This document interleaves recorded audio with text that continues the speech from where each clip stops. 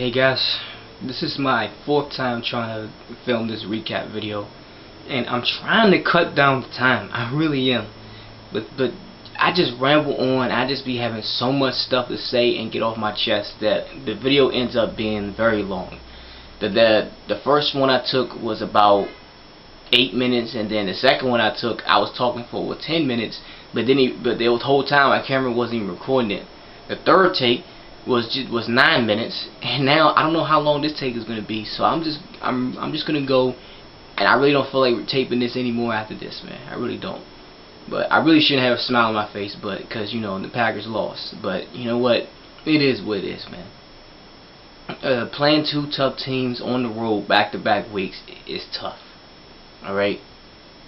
Two teams with very good defenses, both the Broncos and the Packers. Well, I said Packers. Wow. And no, our defense is nowhere near that good. The Broncos and the Panthers, excuse me. Playing those two teams back to back on the road is tough because they both have great defenses, man. Both teams have really good defenses, period. And trying to go into both their houses and try to steal a win in either one of those games is tough. All right. Now, last week was a much harder loss to deal with because we just got our asses kicked. All right, we got our asses kicked, man. This game, we pretty much were getting our asses kicked again the first 3 quarters, and then we had a late rally at the end of the game.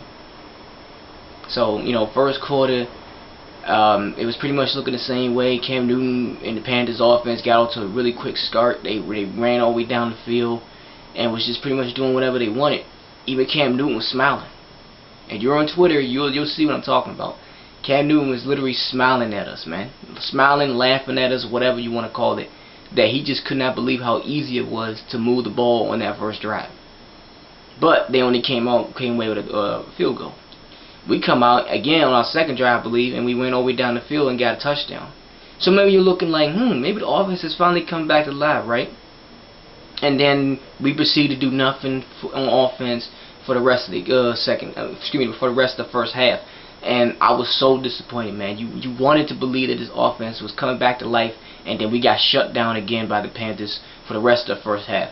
While on the defensive side of the ball, those guys were just playing terrible from beginning to start. They had, I think, maybe one good series, and then other than that, Cam Newton was just had so much time to throw the ball. He was making big plays.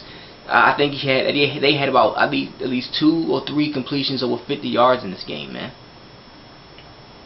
Third and 16, he completes a 50-yard pass down the field that led to a touchdown, and I was just like, you gotta be kidding me, man. What kind of coverage was that? I'm so disappointed by this defense, man.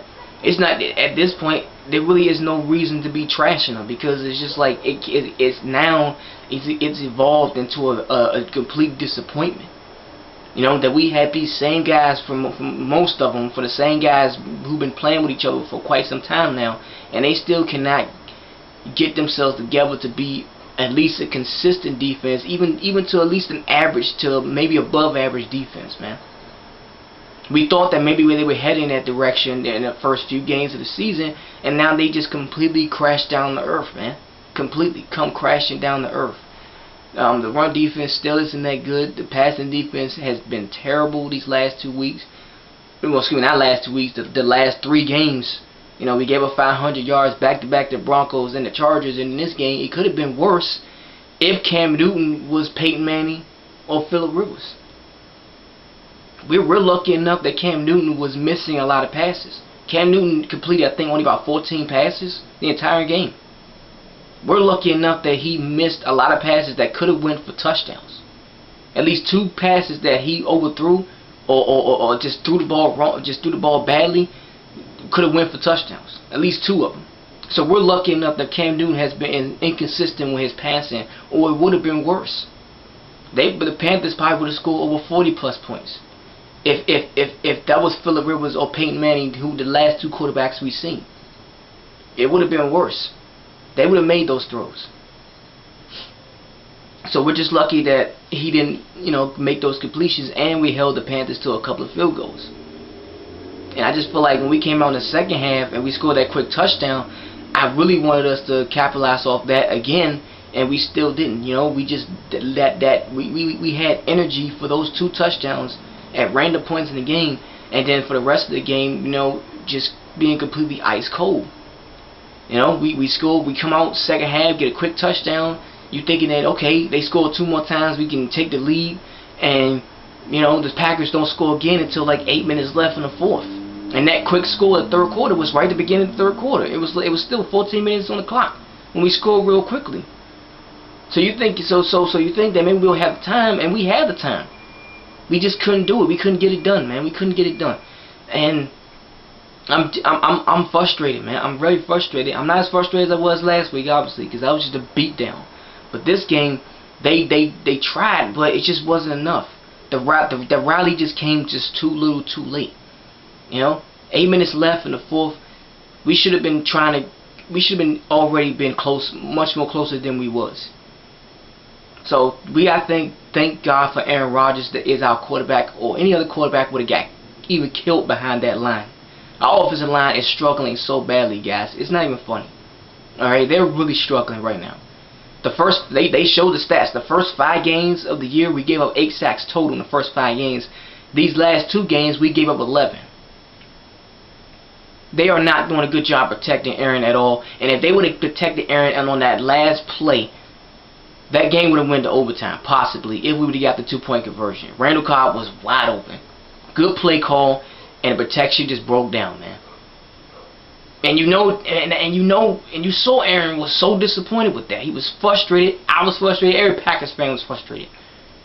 We had it. We were so close. We were so close to at least tying that game up. Off the only good play the defense made all game by Damarious Randall that probably really shouldn't even have been a pick. I thought he was bobbling that ball and then his foot went out of bounds by the time he got control. It probably shouldn't even been a pick. But it was, and I just feel like if he would have managed to secure it, he probably would have maybe could have took it to the house. But I think the guy was still on him, so maybe not. But it definitely would have maybe increased our chances a little bit if he would have secured it right away and possibly could have got close to the end zone. But I'm not going to put the blame on him. He made a big play when it mattered. He made a big play, and he got the pick to help us try to get one last touchdown to tie the game. So I got to give props to Damarious Randall for that. Nobody else in the defense I'm giving props to. Those guys still are playing terrible, and they're still not making plays. All right. Mike Daniels is actually a really fun guy to watch on defense. Other than that, the rest of the guys are just bad, man. And it's only made worse when they're on the sideline arguing with each other, man. You know, you saw B.J. Raji and Clinton Dix going at it, and it's just like, neither one of you guys are playing well. Neither one of you. Nobody's getting pressure. Nobody's covering well in the secondary. So, if you're blaming one or the other, stop. This is a team game. Y'all supposed to do your job and play your parts. And do what you gotta do. Not be sitting there on the sideline arguing with each other. Okay? So I'm just like so head up the heels. I'm so done with this defense and Dom Capers in general, and I'm just feel like, yeah, the season isn't over. We're 6-2. We're tied in the division with the Vikings, and I'm gonna give my thoughts on Vikings in just a second. But playing 2 tough teams again like this on the road back-to-back weeks, and we lose both those games is a killer, man. I wanted to at least steal one of those games. I didn't think we were going to win both, but I wanted to at least steal one of those games, man. I really did. 2 tough teams back-to-back on the road, man. I really wanted us to steal it. Now, I'm not sure how long this video's been going, but the last thing I want to say is, obviously I said I want to give my thoughts on Vikings. I'm going to just say something. We might be tied with the Vikings right now at 6-2 with the division. I'm going to tell you something. The Vikings are not that good. They got a good defense, but their offense is nothing to brag about. Alright, nothing. Teddy Bridgewater, he's not that great. He's not the answer quarterback for them. He isn't. Okay, that's the first thing. Adrian Peterson is still that offense. Alright, and the Packers have seen AP so many times. They know what they got to do against him. Alright, the Vikings defense actually is pretty good. So that's what pretty much carrying them right now. Alright, and obviously Adrian Peterson. So we might be tied with the Vikings, but they're really not that good, guys. They really aren't. Okay?